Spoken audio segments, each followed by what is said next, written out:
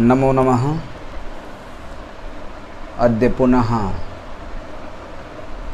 भवतां पुरतः सिद्धान्तकौमुद्याम् अकथितञ्च इति सूत्रं कारकप्रकरणे विद्यते। तत्सूत्रमादाय अद्य पुनः तस्य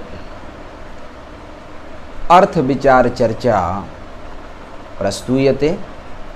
ततः पूर्वम् एकं मंगलम श्लोकं कर्तुमिच्छामि।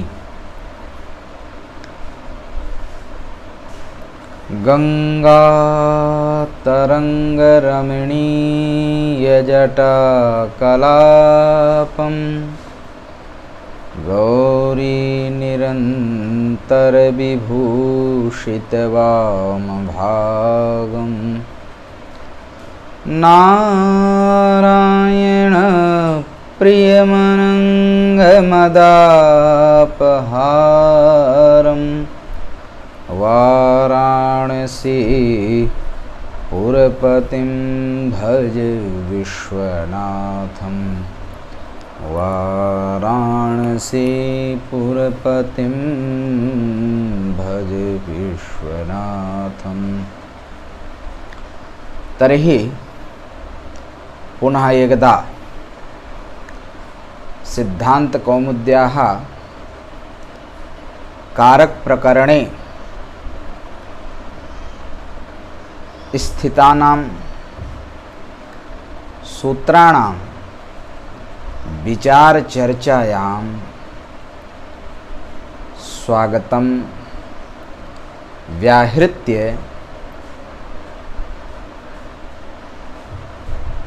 विचारं प्रस्तोतुम् उपक्रमे राष्ट्रभाषायां।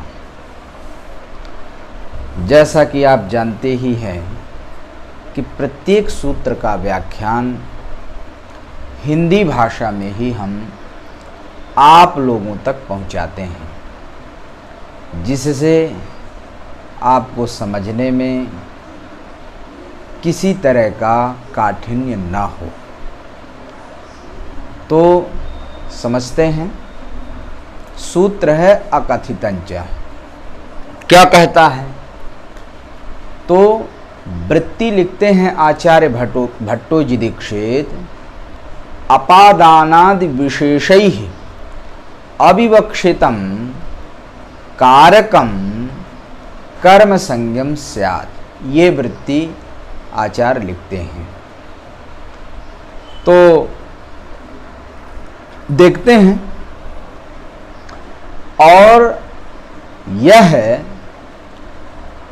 अपादानादि जो कारक हुए उनकी जो अपने को अविवक्षा करनी है, समझिए बात को।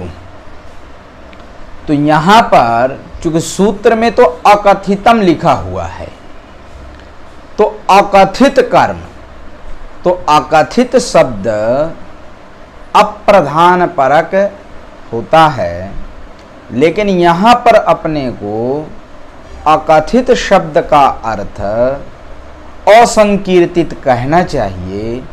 और असंकीर्तित का मतलब यह होता है एक तरह से अविवक्षित। ध्यान रखिएगा, अविवक्षित। जब असंकीर्तित शब्द का अर्थ किए या असंकीर्तित परक जब हमने अकथित शब्द को माना, तो इस तरह से उसको ऐसा स्वीकार करने के अनेक कारण हैं। उसमें से प्रथम कारण तो यही है, आगे आएगा, गाम दोग्धिपयः इसका उदाहरण। उसमें अपादानत्वेन जब विवक्षा हो, तो वैसी स्थिति में गोह पयो दोग्धि यह भी प्रयोग की सिद्धि हो। इसलिए यहाँ पर अकथित शब्द असंकीर्तित परक माना जाता है। और इसी के कारण ये दो तरह के प्रयोगों की उपपत्ति होती है, यह जानिएगा। तो इस पर बाद में वो करते हैं विचार। अभी फिलहाल इसी पर समझिए कि इसका मतलब यह हो गया कि अपादानादि। अब समझिए बात को। तो अपादानादि, तो यहाँ पर अपादान का अपादानादि मतलब अपादानत्वादि रूपेण, ध्यान रखिएगा, अपादानत्वादि रूपेण जो कारक हैं तो उनको अपादानत्वेन उनकी हम क्या करेंगे, अविवक्षा करेंगे, ठीक है। और कर्मत्वेन उनकी विवक्षा करेंगे। और जैसे ही आप कर्मत्वेन विवक्षा करेंगे तो स्वाभाविक है कि वह कर्म कहलाएगा। और जब कर्म कहला गया तो कर्म में जैसा कि आप जानते हैं कि द्वितीय विभक्ति होती है। तो इस तरह से प्राप्त जो तत्तद विभक्तियां हैं, मतलब तत्तद संज्ञा को निमित्त करके होने वाली विभक्तियां, वो ना हो करके अपितु वहाँ पर कर्मत्वेन विवक्षा करके द्वितीय विभक्ति होती है। ये तो एक बात रही। अब यहाँ पर जो विचार करने की बात है कि यह जो कर्म संज्ञा है, माने अपादानत्वादि रूपेण जो अविवक्षा होती है, तो क्या सभी धातुओं के योग में, धात्वर्थ के योग में, या कह लीजिए कि कोई विशेष धातुएं हैं उन्हीं के योग में ये बात होती है? तो इसके लिए आप जानिए यहाँ पर परिगणन किया गया है कि यह जो अपादानत्वादि रूपेण अविवक्षा होती है वो ऐसे सामान्य नहीं है, ध्यान रखिएगा, अपितु वह परिगणित है। धातुएं परिगणित हैं कि इन्हीं धातुओं के योग में ही अपादानत्वादि रूपेण अविवक्षित कारक की कर्मत्वेन विवक्षा करके कर्म संज्ञा होती है। ये ध्यान रखिएगा। तो जब यह बात आएगी तो स्वाभाविक है, इसीलिए यदि एतत् जो परिगणित धातुएं हैं 16 हैं, उनके अतिरिक्त यदि कोई माने धातु है और उसके योग में यदि तत्वेन अविवक्षा अर्थात अपादानत्वादि रूपेण अविवक्षा प्राप्त है और कर्मत्वेन विवक्षा करने की बात है, तो वहाँ पर ऐसी विवक्षा नहीं होती है। एक बात। दूसरी बात जो आपको समझना यह है कि अविवक्षित या अविवक्षा क्या, कैसे? तो ध्यान रखिएगा, यह असंकीर्ति तत्व या कह लीजिए अविवक्षा वह दो तरह की है। यहाँ एक प्राप्ति पूर्विका अविवक्षा है और एक सर्वथा अप्राप्ति पूर्विका अविवक्षा है। दो तरह की यहाँ से, वह दो तरह से अविवक्षित अर्थ यहाँ पर लिया जाता है। अभी स्पष्ट हो जाएगा। एक है प्राप्ति पूर्विका अविवक्षा और दूसरी सर्वथा अप्राप्ति पूर्विका अविवक्षा। देख लेते हैं। अच्छा, एक इसके उदाहरण में ये विचार हो जाएगा, उसके पहले और एक विचार चर्चा। अकथितंच इस सूत्र से ध्यान रखिएगा, ये जो धातु हैं दुहादी और ये 12 और नी प्रभृति 4 और 16 है, इन धातुओं के योग में अपादानत्वादि रूपेण अर्थ की अविवक्षा करके कर्मत्वेन विवक्षा करके कारकम सत कर्म संज्ञा होती है। लेकिन कब? एक बात यहां पर और विचारणी है, एक और यहां शर्त है, कर्मयुक स्याद कथितम। ध्यान रखिएगा,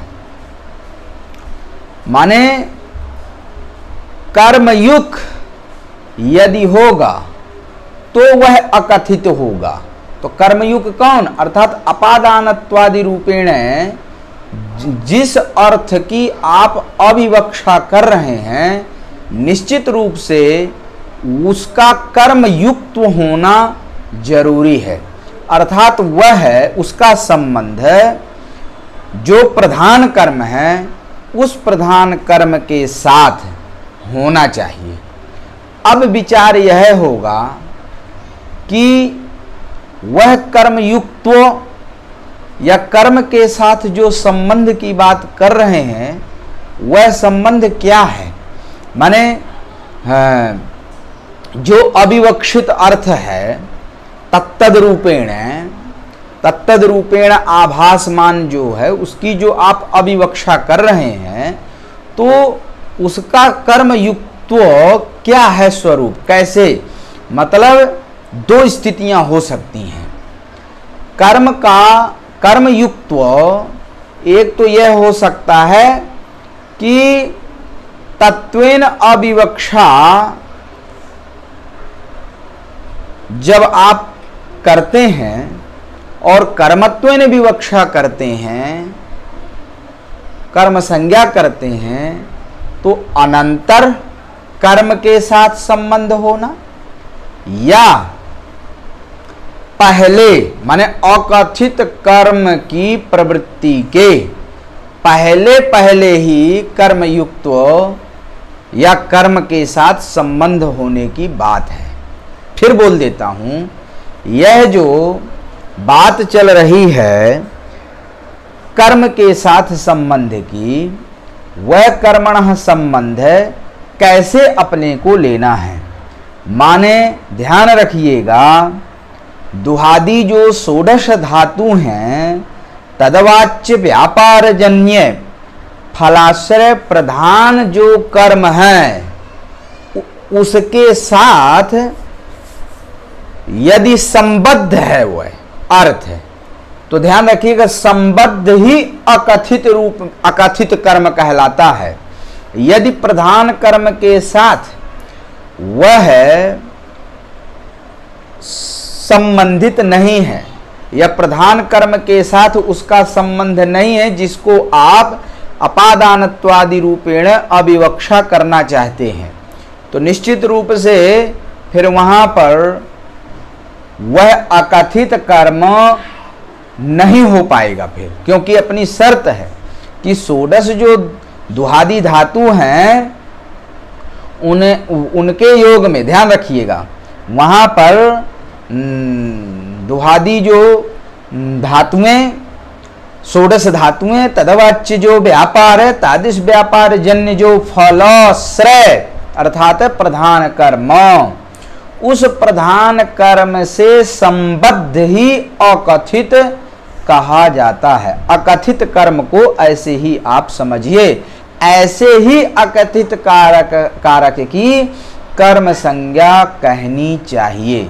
नहीं यदि लगा तो फिर बोल देता हूं, यहां पर ध्यान रखिएगा, अर्थात अकथित जो कर्म है वह अकथित कर्म कौन कहलाएगा, तो जो दुहादी षोडश धातुएं उन धातुओं से वाच्य ध्यान रखिएगा जो व्यापार तादृश व्यापार प्रयोज्य या जन्य कह लीजिए, व्यापार जन्य जो फलाश्रय, ठीक है ना, उस वह फलाश्रय क्या होगा, वो प्रधान कर्म होगा।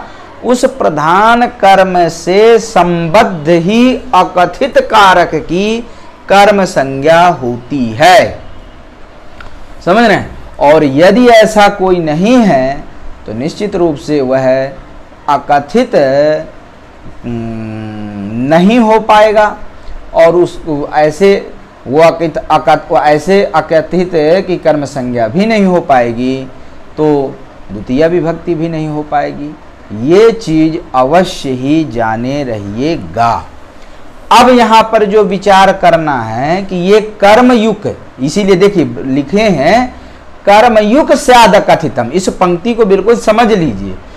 माने दुहियाच पच दंड रुधि प्रच ची वरु शास जी मथ मुशाम कर्मयुक्त स्याद अकथितम, ध्यान रखिएगा, अर्थात अकथित कारक की कर्म संज्ञा तभी होगी जब वह दुहादि षोडश धात्वर्थ व्यापार जन्य फलाश्रय संबद्ध अकथित हो, उसी की कर्म संज्ञा यहाँ पर अभिप्रेत है, इष्ट है।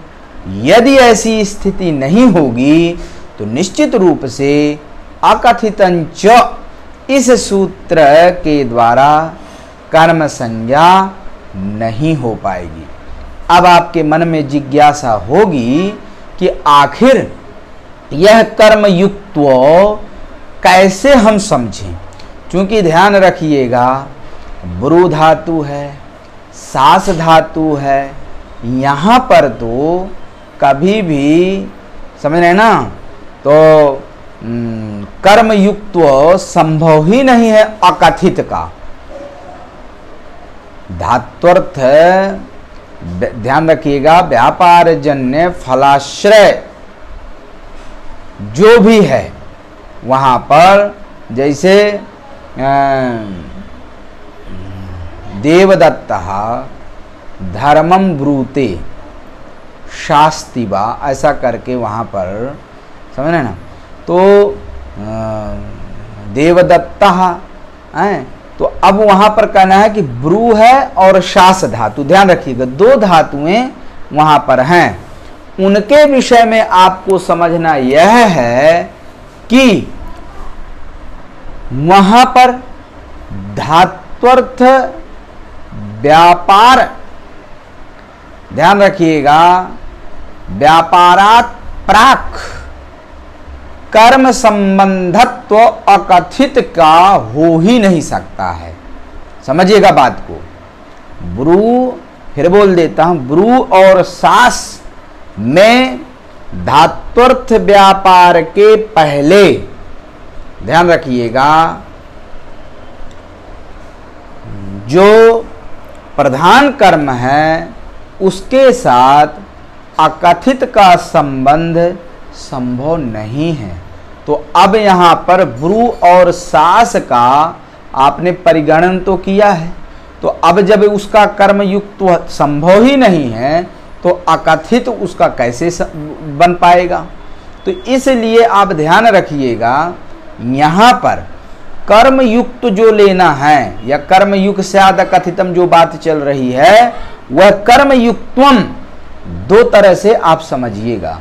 पहला यह है कर्म युक्तम च अत्र किंग्राह्यम केन प्रकारेण अवगंतव्यम तर्हि एकम कर्म युक्तम धात्वर्थ व्यापारात् प्राक। ये समझिए, बिल्कुल अच्छी तरह से समझ लीजिए कि कर्म मन प्रधान कर्म के साथ जो संबंधत्व है या कह ले संबद्धत्व है अकथित का, वह धात्वर्थ व्यापारात् प्राक एक, और जहां पर धात्वर्थ व्यापार के पहले कर्म के साथ संबंधत्व जहां पर नहीं हो पा रहा है, तो धात्वर्थ व्यापारादनंतर भी कर्म युक्त यदि संभव हो तो भी वो कर्म युक्त या कर्म प्रधान कर्म के साथ संबंध माना जाता है। लेकिन यह बात ध्यान रखिएगा, यह माने धात्वर्थ व्यापारानंतर भी कर्म युक्त स्वीकार किया जाता है, यह केवल ब्रू और शास के विषय में ही समझना चाहिए। लेकिन यदि दोनों अवस्थाओं में, ध्यान रखिएगा फिर स्पष्ट कर दूं, यदि दोनों अवस्थाओं में माने जहां पर धात्वर्थ व्यापारात् प्राक कर्म युक्त और धात्वर्थ व्यापारानंतर, तो वहां पर सति संभवे धात्वर्थ व्यापारात् प्राक ही कर्म युक्त को स्वीकार करना चाहिए। और जहां पर धात्वर्थ व्यापारात् प्राक जो है संबद्धत्व नहीं प्राप्त है, वहीं पर धात्वर्थ व्यापारानंतर जो है कर्म संबद्धत्व स्वीकार किया जाता है, जैसे ब्रू और शास के विषय में। समझ रहे हैं ना। तो इसका मतलब ये हो गया, उदाहरण में सब स्पष्ट हो जाएगा, चिंता मत करिए। तो ये कर्मयुक्त जो कहना था मुझे, क्योंकि कर्मयुक्त स्याद अकथितम, अकथित कर्म वही कहलाएगा जो धात्वर्थ दुहादि जो षोडश धातुएं तदर्थ जो व्यापार तादृश व्यापार जन्य फलाश्रय संबद्ध ही अकथित कहलाता है। तो वह जो है धात्वर्थ व्यापारात प्राक तत्संबद्धत्व स्वीकार करना चाहिए। ध्यान रखिए, कर्मयुक्तम च धात्वर्थ व्यापारात प्राक, और यदि संभव नहीं है तो धात्वर्थ व्यापारानंतर भी आप कर्म संबद्धत्व अकथित के विषय में स्वीकार कर सकते हैं। लेकिन दोनों में यदि संभव है तो पहला ही विकल्प का चयन करना चाहिए। ध्यान रखिएगा, क्योंकि हाँ, अब देख लेते हैं उदाहरण पर आइए, क्योंकि तुरंत संघटन यदि हो जाए तो ज़्यादा अच्छा है। उदाहरण क्या है? गाम दुग्धि पाया है। यहाँ पर ध्यान रखिएगा, दुह धातु का अर्थ क्या है? विभागानुकूल व्यापार। फिर बोल देता हूँ, बहुत अच्छी तरह से समझिए। दुह धातु का अर्थ है विभागानुकूल व्यापार। ठीक हो गई बात? विभागानुकूल व्यापार में ध्यान रखिएगा, दु धातु का आपने अर्थ किया है। यह जो पय है, दुग्ध है, वह गो सकाशात, गो सकाशात पयो दुग्ध, कोई भी है गोपः या कोई देवदत्ता, गो से दूध माने गौ से ही दूध दूध। तो एक तरह से गौ क्या हुई? गौ अपादान हुआ। ध्यान रखिएगा, गौ अर्थ जो है वो क्या है? अपादान है। ठीक है ना? उस अपादानार्थ, वह जो अर्थ अपादान हुआ उसका वाचक शब्द कौन है? यहाँ गौ है। तो दो धातु का अर्थ विभागानुकूल व्यापार। अब ध्यान रखिएगा, दो धात्वर्थ हुआ विभागानुकूल व्यापार, वह देवदत्त निष्ठ है। व्यापार कर्तृवृत्ति रहा, माने कर्ता में रहा। देवदत्त गो सकाशात पयोदोग्धि। तो अब ध्यान रखने की बात यह है कि कर्ता कौन हुआ? देवदत्त। तद्वृत्ति व्यापार विभागानुकूल व्यापार। तादृश व्यापार प्रयोज्य फलम विभाग रूपम। तदाश्रय माने विभागाश्रय किमस्ति? विभागाश्रय अत्र पायः। समझिएगा बात को, यहाँ पय है। तो विभागाश्रय की ध्यान रखिएगा, कर्तृवृत्ति व्यापार प्रयोज्य फलाश्रय जो होता है उस फलाश्रय की कारकम सत कर्म संज्ञा होती है। तो स्वाभाविक है दो धात्वर्थ जो विभागानुकूल व्यापार तादृश व्यापार प्रयोज्य फल विभाग तदाश्रय कौन? पय। तेन पयसः कर्मत्वम, प्रधान कर्मत्वम अत्र। इसलिए यहाँ पय कर्तुरीप्सित तमम कर्म इस सूत्र के द्वारा प्रधान कर्म हुआ। समझिएगा, ध्यान से समझिए। और विभाग कहाँ से हो रहा है? दुग्ध है, पय माने दुग्ध है, उस दुग्ध का विभाग कहाँ से हो रहा है? तो गौ से हो रहा है। तो स्वाभाविक है विभागा अवधि अपादान कहलाता है। तो इस तरह से वो जो अवधिभूत है, ध्यान रखिएगा, ध्रुवम अपाय अपादानम, आप पढ़ेंगे आगे चल करके। तो जो ध्यान रखिएगा, ध्रुव माने अवधिभूत होता है, वह अपादान कहलाता है। तो स्वाभाविक यहाँ पर विभागा अवधि कौन है? गऊ है। तो गऊ अपादान है।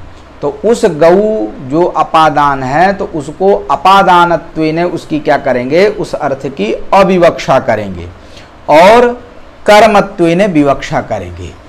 तेन जब कर्मत्वेन विवक्षा करेंगे तो स्वाभाविक है वह कर्म कहलाया, और कर्म संज्ञा जब हो गई तो कर्मणि द्वितीया इस सूत्र से उसमें द्वितीया विभक्ति हो जाती है।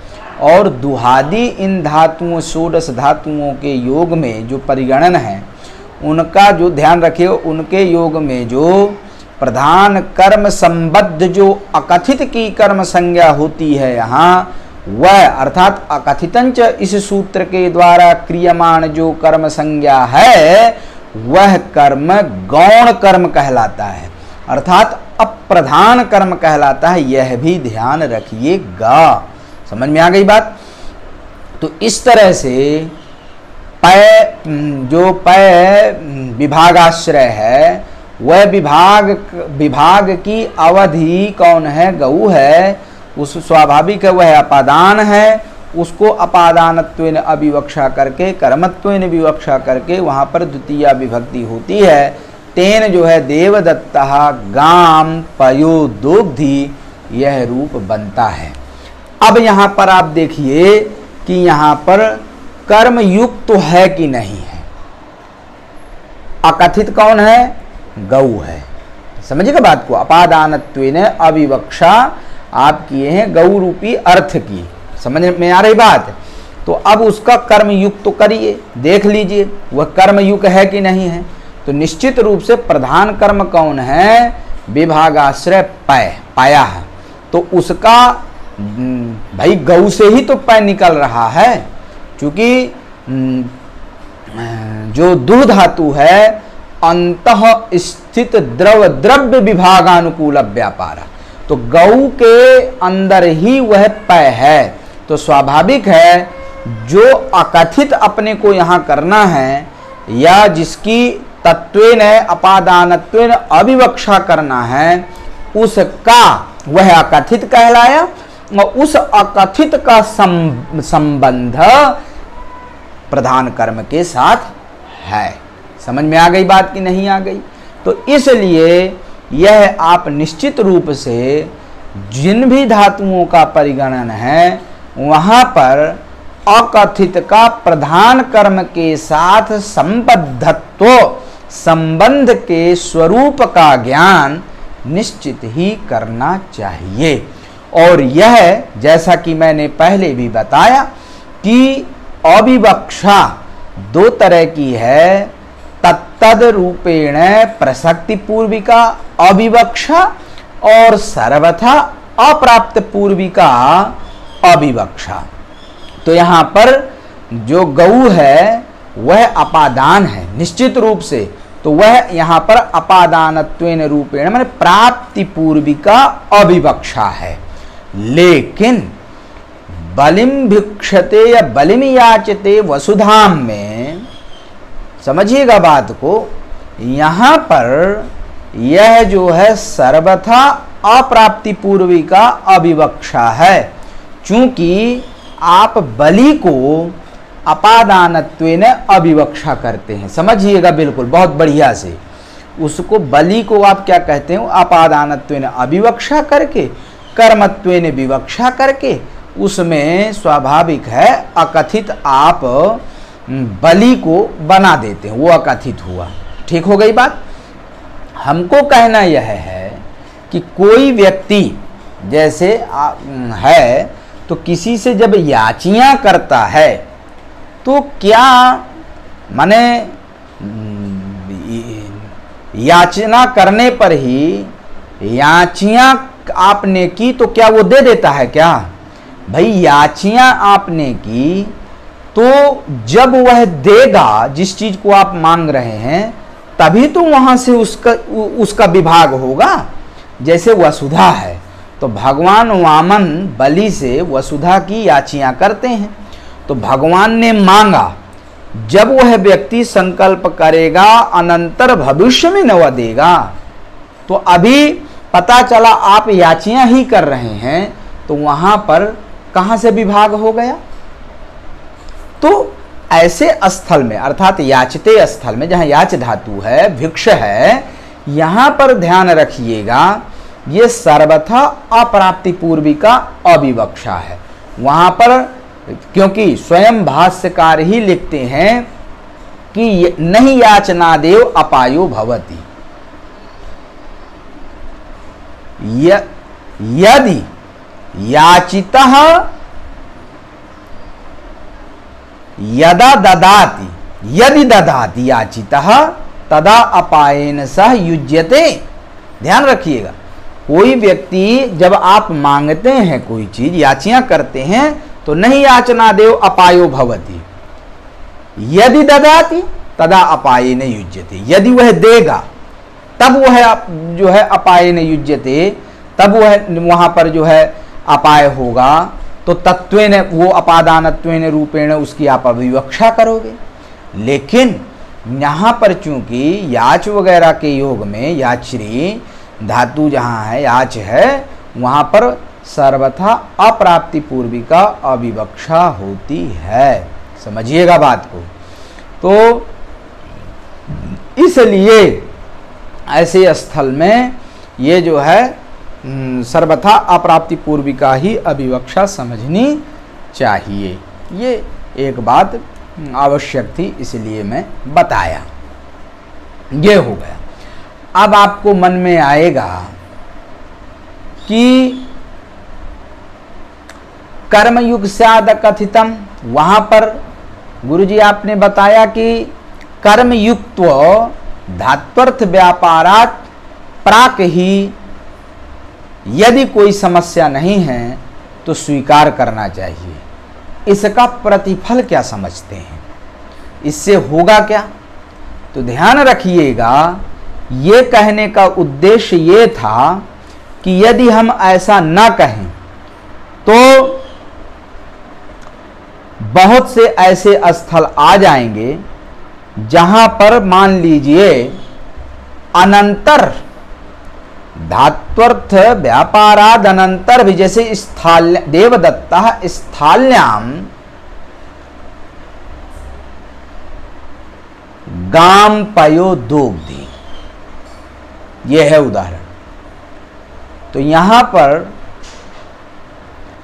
यह बताइए कि जो दुह धात्वर्थ है वह व्यापार जब व्यापारानंतर देखेंगे तो स्थाली के साथ पय का अब संबंध हो चुका है, पय संबद्ध हो गया, अधिकरण है वह चूंकि पय का, तो निश्चित रूप से स्थाली भी कर्मयुक्त अर्थात प्रधान कर्म संबद्धत्व हो गया। तो अधिकरणत्वेन पता चला कि उसकी भी अधिकरणत्वेन अविवक्षा करके कर्मत्वेन विवक्षा करके अब स्थाल्याम गाम पयोदोग्धि यहां पर पता चला स्थालीम होने लगे। समझ में आ रही बात?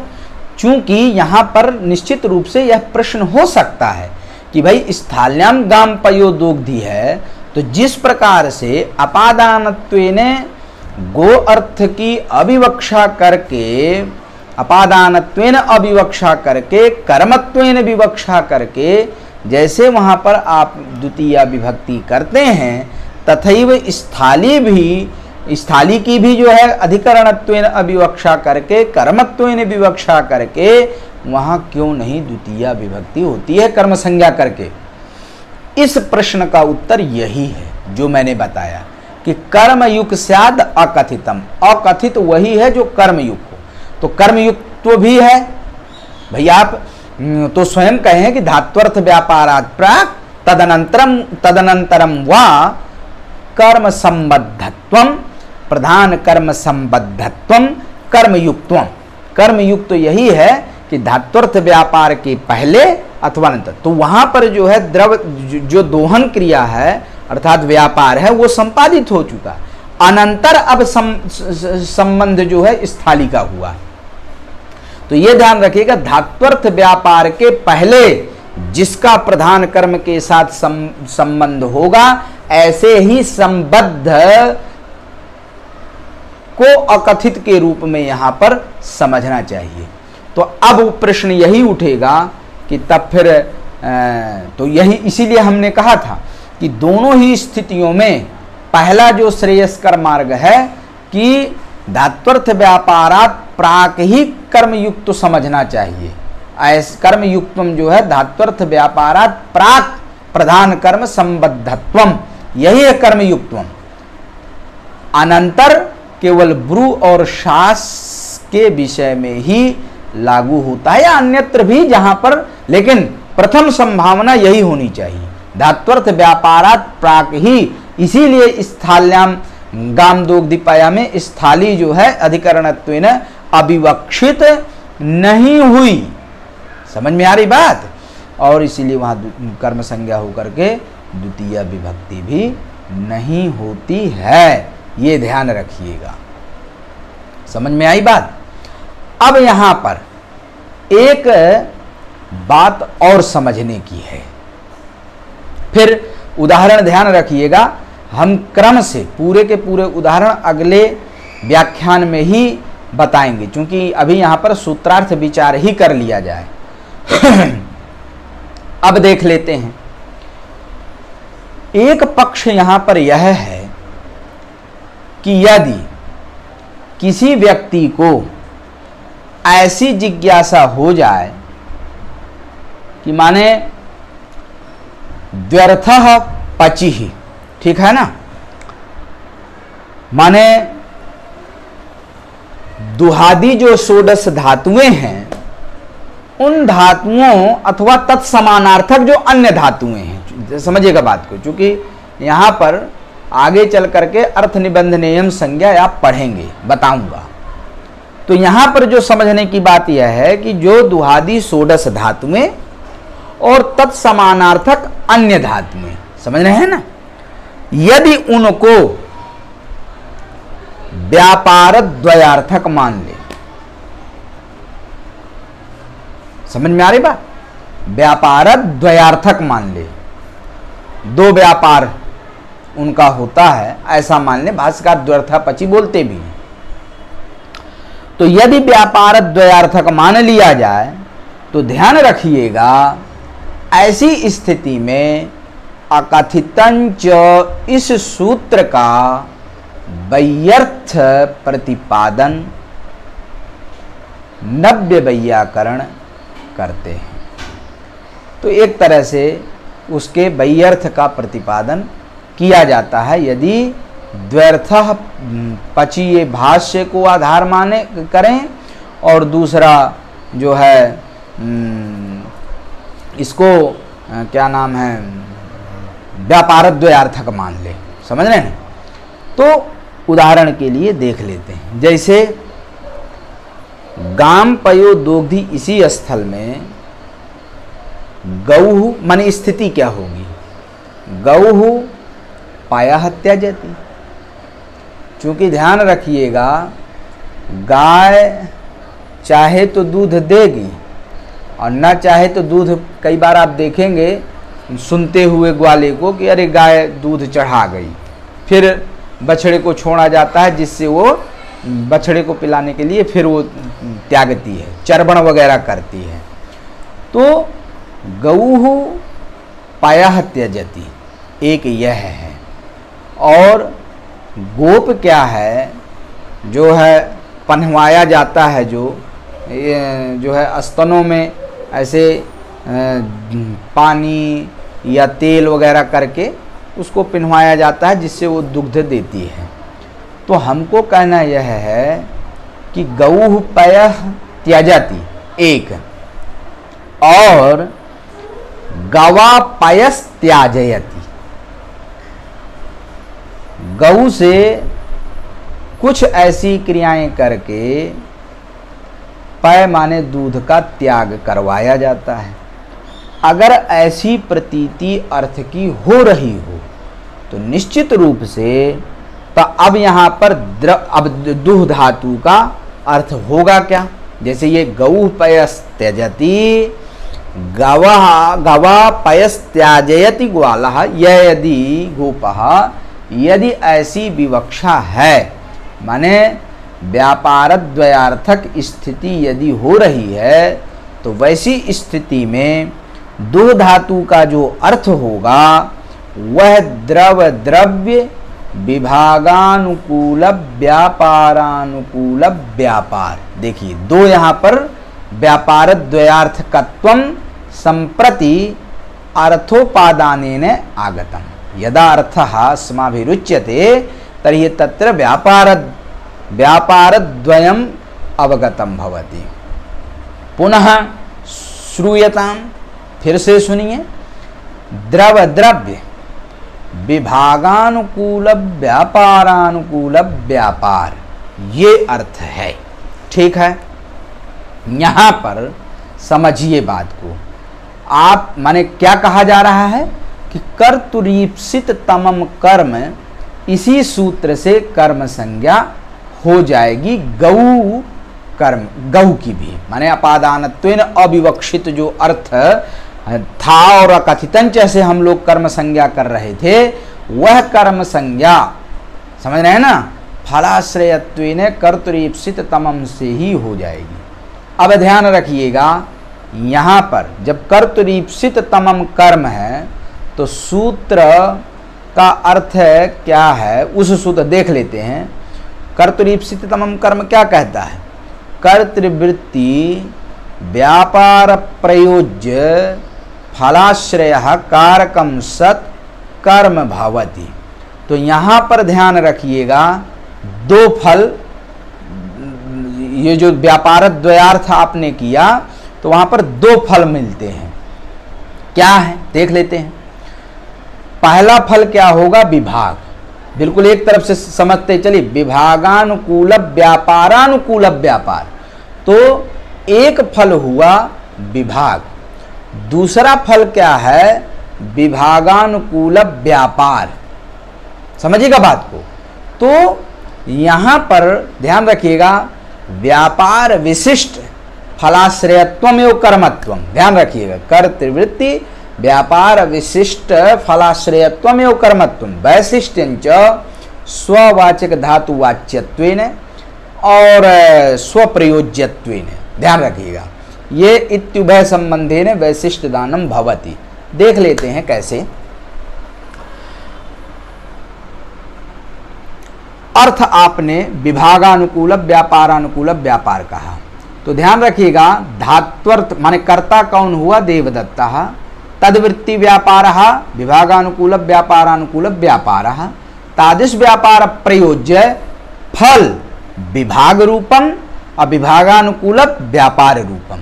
तो ध्यान रखिएगा, विभाग रूप जो फल का आश्रय होगा वह पय होगा और विभागानुकूल व्यापार रूप फल का आश्रय जो होगा वह गौ होगा। समझ में आ रही है?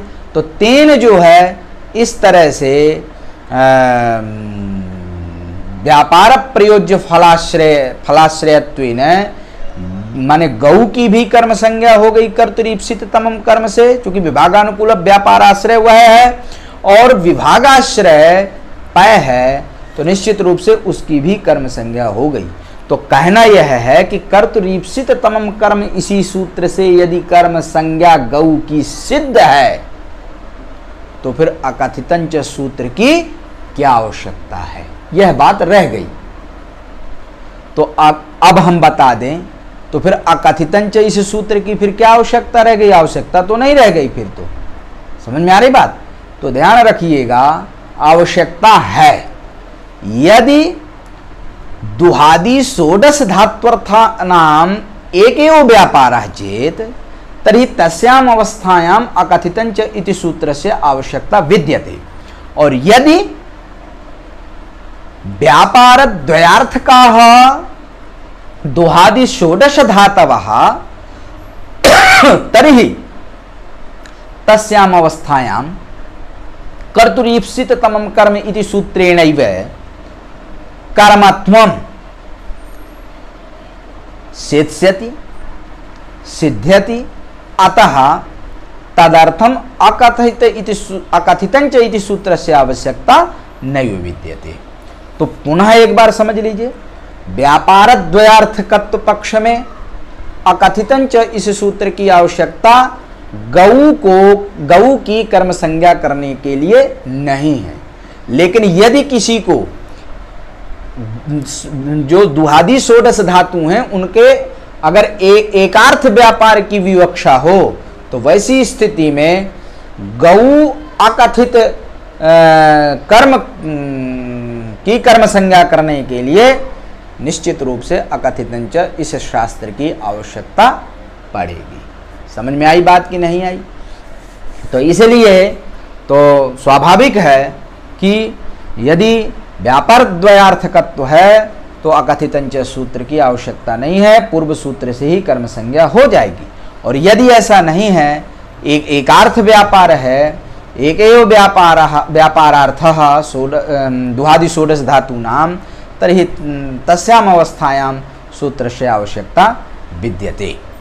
ये बात, लेकिन एक बात जो छूट रही है, जैसे आप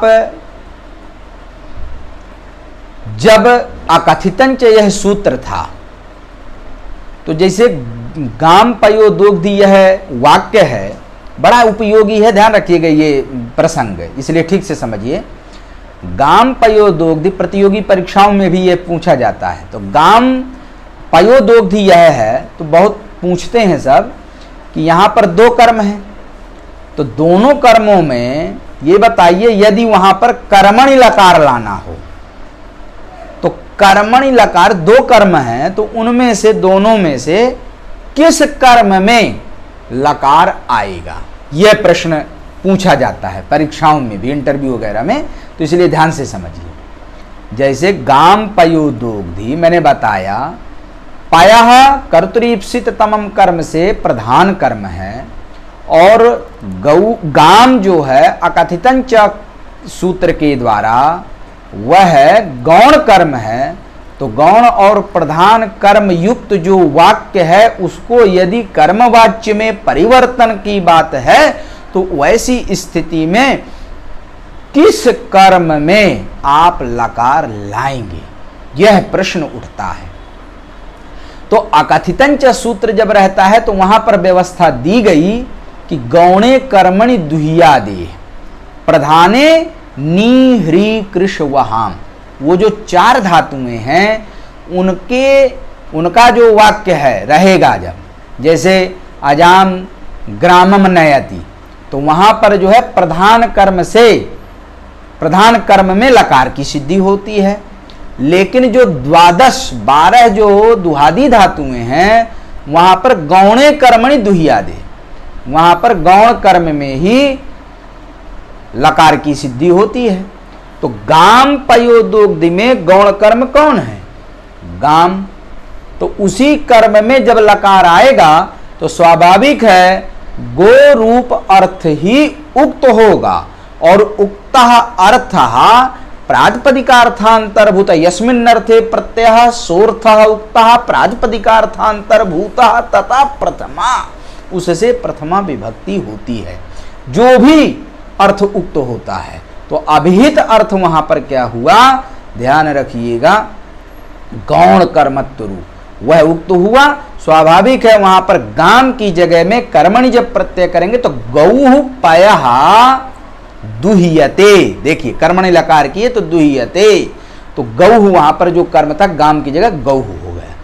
अब जो बहुत विचारणीय बात है, जब आप व्यापार द्वयार्थक माने धातु को षोडश जो दुहादी धातुएं हैं तो कर्तरीप्सित तमम कर्म के द्वारा तो प्रधान है कर्म कहलाता है। आपने स्वयं बताया कि अकथितंच इस सूत्र के द्वारा क्रियमाणा जो कर्म संज्ञा है वो गौण कर्मत्वेन व्यवहृत है व्याकरण शास्त्र में। कर्तरीप्सित तमम कर्म सूत्र के द्वारा जो क्रियमाणा कर्म संज्ञा है अनंतर जो द्वितीय है वह जो है प्रधान कर्मत्वेन व्याकरण शास्त्र में व्यवहृत है। जब आप व्यापार द्वयार्थक मानेंगे धातु को तो निश्चित रूप से वहां पर दोनों ही कर्म जो है कर्तरीप्सित तमम कर्म के द्वारा सिद्ध होंगे, तो गौण कर्म कहां हो पाएगा, व्यवहार ही खत्म हो गया, दोनों के दोनों प्रधान कर्म। तब बताइए लकार की सिद्धि कैसे होगी? गौः पयः दुह्यते, ये कैसे गौः बनेगा? तो अब ध्यान रखिएगा, यदि अकथितंच सूत्र नहीं है, व्यापार द्वयार्थक पक्ष है, तो वहां पर ध्यान रखने की बात यह है कि अंतिम जो व्यापार होता है उस साक्षात जो व्यापार प्रयोज्य फल होगा तदाश्रय प्रधान कर्म होगा, और उससे भिन्न जो होगा वह गौण कर्म वहां पर कहलाएगा। यह बात स्मरण रखिएगा। व्यापारद्वयार्थक दो धातु, विभागानुकूल व्यापारानुकूल व्यापार, अंतिम व्यापार प्रयोज्य साक्षात जो प्रयोज्य जन्य है, साक्षात प्रयोज्य वह जो है विभागानुकूल व्यापार रूप फल पड़ेगा। तदाश्रय कौन है? गौ। तो इसलिए उस पक्ष में भी जब व्यापार द्वयार्थक पक्ष है तब भी गौ जो गो कर्म है उसी में लकार की सिद्धि होगी। और नियम कौन लगाइएगा? गौणे कर्मणि मत लगाइएगा, वहां नियम लगाइएगा प्रधान कर्मण्याख्ये लादीन आहु द्विकर्मणा, ये नियम वहां पर लगाइएगा। तो प्रधान कर्म वहां पर साक्षात जो है धात्वर्थता अवच्छेदक जो फल है तदाश्रय जो होगा वही प्रधान कर्म के रूप में व्यवहृत होगा। तो ऐसा जो है वहां पर गौ रूपी कर्म ही हो पाएगा निश्चित रूप से। फिर उसी में लकार सिद्धि करिए। गौ पयः दुह्यते व्यापारद्वयार्थक पक्ष में भी बन जाएगा, और जब अकथितंच है तब भी गौ पयः दुह्यते ये भी बन जाएगा। इसलिए किसी तरह की कोई समस्या नहीं होनी है। समझ में आ गई बात?